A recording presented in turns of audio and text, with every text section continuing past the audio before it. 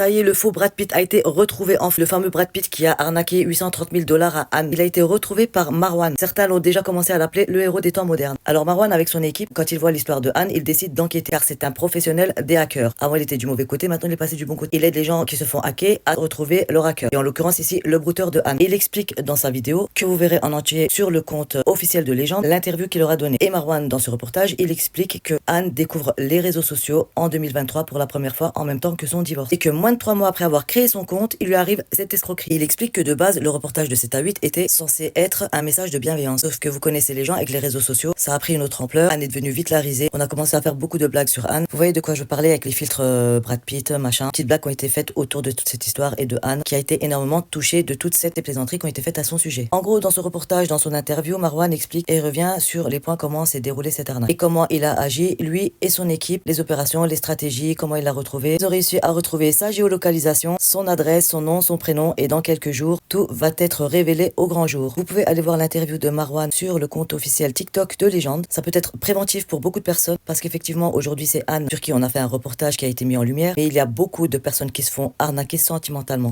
via les réseaux sociaux, par des personnes qui n'ont jamais vu, avec des photos mentales, des fausses vidéos. Bref, si vous avez vécu un truc comme ça, n'hésitez pas à témoigner. En attendant, dites-moi en commentaire ce que vous pensez de toute cette histoire. Et moi, je vous dis, prenez soin de vous, restez à l'affût, à bientôt.